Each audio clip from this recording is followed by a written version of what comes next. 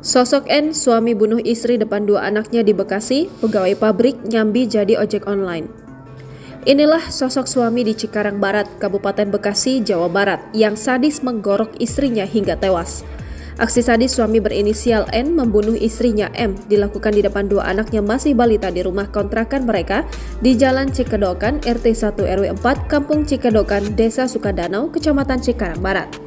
Setelah melakukan aksi kejinya itu, N dikabarkan telah menyerahkan diri ke Polsek Cikarang Barat.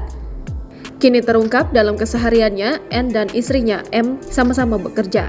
Sang suami N bekerja di salah satu pabrik di kawasan industri MM 2100 dan pengemudi ojek online. Sementara istrinya M bekerja salah satu perusahaan di Jakarta. Pasangan suami istri yang sudah dikaruniai dua anak ini tinggal di rumah kontrakan sejak 3 bulan. Muki, pemilik kontrakan, membenarkan adanya peristiwa pembunuhan yang terjadi di kontrakannya tersebut. Peristiwa pembunuhan sadis ini diketahui ketika ibu korban mendatangi rumah kontrakan pada Sabtu 9 September 2023, dini hari sekitar pukul 1.30 waktu Indonesia Barat. Muki bersama penghuni kontrakan lainnya langsung mengecek di dalam kontrakan korban. Saat itu, ibu korban tersebut melihat anaknya sudah tergeletak tak bernyawa di atas kasur. Diduga pelaku N sudah membersihkan darah korban yang berceceran di lantai. Pasalnya, menurut Muki, tidak ada bercak darah yang terlihat saat masuk ke dalam kontrakan korban. Muki menyebutkan, aksi keji pelaku pembunuhan tersebut kemungkinan dilakukan saat ada anak-anak korban yang masih balita. Sebab dari keterangan ibu korban pada pagi harinya, pelaku sempat menitipkan anaknya ke orang tua korban.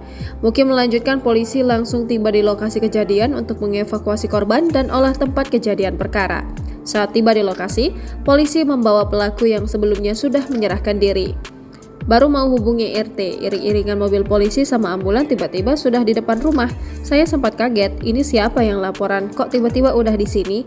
Bingung karena kita belum laporan. Ternyata si pelaku udah menyerahkan diri. Pelakunya juga ada di situ di borgol.